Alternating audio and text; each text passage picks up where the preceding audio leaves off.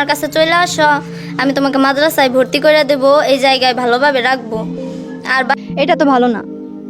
একটা কাজের জন্য একটা জিনিস, আপনি একটা জিনিস এখন নিয়ে যাচ্ছেন, এটাকে যদি আপনি এখন কি করবো? সংসারের বড় সন্তান, আপনাদের কাঁধে কিন্তু অনেক দায়িত্ব থাকে। আসসালামু আলাইকুম, আপনাকে স্বাগতম আজকের আরও একটি নতুন ভিডিওতে। গাজীপুরে আলোচিত খালু ও বাগ্নের ঘটনা নিয়ে বেরিয়ে এলো চাঞ্চল্যকর তথ্য, যা জানলে আপনি অবাক হয়ে যাবেন। অন্যদিকে মুখ খুললেন তারেক রহমান। চলুন আমরা প্রথমে একটি ভিডিও দেখে আসি, তারপর আমি এ বিষয়ে বিস্তারিত আলোচনা করবো। দর্শক, ভিডিওটি প্লে করার আগে আপনার কাছে ছোট্ট একটি রিকোয়েস্ট, এখনও যারা আমাদের চ্যানেলটি সাবস্ক্রাইব করেননি, নিত্য নতুন ভিডিওর আপডেটগুলো পেতে চ্যানেলটি সাবস্ক্রাইব করে আমাদের সঙ্গেই থাকুন। আমার কাছে চলে আসো, আমি তোমাকে মাদ্রাসায় ভর্তি করে দেব, এই জায়গায় ভালোভাবে রাখবো। আর বাসায় চাইতে হবে না, সেজন্য আর কি আমি তার উপর বিশ্বাস করে যাই। তারপর সে আমাকে আমার খালামণির বাসায় না নিয়ে যায়, আমাকে অন্য একটা বাসায় নিয়ে যাইতেছিল। তখন আমি বলি যে আমাকে কোথায় নিয়ে যাইতেছেন? তখন সে বলল, আমরা তো বাসা বদলাইছি, তোমার খালা 2 দিন পরে এই জায়গায় আসবে। তারপর আমি ওই জায়গায় থাকতে থাকি, আমি তখন কিছু এত মাইন্ডে নেই নাই। তারপর 2 দিন পরে আর কি আমার খালু সরলতার সুযোগ নিয়ে আমার সাথে খারাপ ব্যবহার করে। কি আসলে কি আমি ওই জায়গায় কোনো কিছু বলতেই ছিলাম না, কিন্তু আমি ওই জায়গায় অনেক আতঙ্কিত ছিলাম, যেহেতু জিয়া হাসান আমাকে এত অশ্লীল প্রশ্ন করছে, অনেক জেরা করছে। এর কারণে আর কি আমি ভয় পাইয়া সব কিছু স্বীকার করে নিচ্ছি। আমি আমার মেয়ের যে এতগুলো ভিডিওগুলো করছে, যেমন আজকেও ছাড়ছে, কালকেও ছাড়ছে, ছাড়তেই আছে, প্রতিদিন ছাড়তেই আছে। যেমন ধরেন যে আজকে ছাড়ছে, যা কিছু দিয়ে আপনার যেগুলো ছাড়াছে, কিন্তু আমার মেয়ে তো মনে করেন এত বড় কাজ করে নাই। এই ভিডিওটা ছাড়ার পর যেহেতু মাদ্রাসার হুজুররা সবাই মিলে দেখছে, এরপর তারা না বইলা দিছে যেন আমি আর মাদ্রাসায় না যাই। তাকে বলছিলাম যেন আমার ছবিটা ফেসবুকে না ছাড়া হয়, তখন সে আমাকে বলছে যখন ছবিটা ছাড়া হবে তখন আমার মুখে মাস্ক বা একটা গ্লাস দেওয়া হবে। কে বলছিল এই কথা? জিয়া হাসান। কিন্তু আমার মুখে কোনো গ্লাস বা মাস্ক দেওয়া হয় নাই। নেশায় কিছু ভিউ দিয়ে কিছু পয়সা কামানোর নেশায় এই ভিডিওটা করছে। সে কোনো সাংবাদিক না, আমি যতটুকু জানি সে একজন কন্টেন্ট ক্রিয়েটর। তো এই যে আমাদের এলাকার যে ইজ্জতটা সে নষ্ট করলো, আমাদের এই বাচ্চা বয়স 15 বছর বয়স, তার যে ভবিষ্যৎটা নষ্ট করলো, এই জন্য আমি প্রশাসনের দৃষ্টি আকর্ষণ করতেছি এবং তার এই নিউজগুলো প্রচার করার তার এখতিয়ার আছে কিনা সেটা আমি প্রশাসনের দৃষ্টি আকর্ষণ করতেছি, সেটা যেন তারা যাচাই করে দেখে।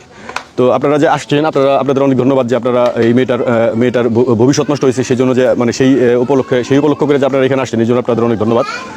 আর আমি এলাকাবাসীর কাছে বলতে চাই, আপনারা আসলে সত্যি কথা না জেনে সাধারণ কন্টেন্ট ক্রিয়েটর যারা আছে তাদের বিশ্বাস না করে সত্যিকারের যে নিউজটা, যারা নিউজ প্রডিউসার, যারা জার্নালিস্ট, তাদের খবরটা যদি আপনারা শুনে এটা বিশ্বাস করেন বা এইটা প্রচার করেন, তাহলে আমি খুশি হব।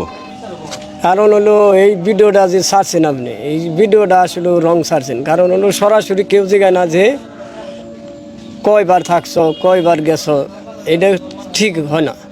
আর আপনি গ্লাসটা দেওয়া উচিত ছিল।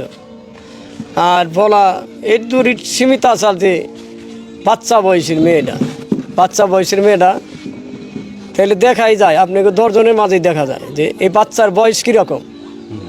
কারণ হলো এটা তো রং সাইড গেছে কে রে, যে কয়দিন থাকছে এটাই কোন যায় যে কতদিন রাখছে এই ছেলেটা, এই মেয়েটাই, এই পর্যন্ত যথেষ্ট হয় না।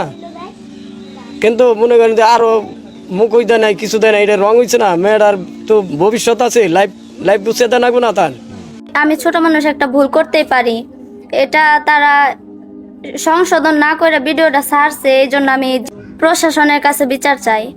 এটা তাদের উচিত ছিল যে সবাই মিলে সংশোধন করা, কিন্তু এই সংশোধনটা না করে কেন আমার ভিডিওটা করলো, এমনকি ছাড়লো? আমার কি মানুষ মনে হয় নাই? তার সমাজে কি কোনো বিচার নাই? এখন আমি বাইরেও বেরোতে পারি না, সবার সামনে যাইতেও পারি না, কথাও বলতে পারি না।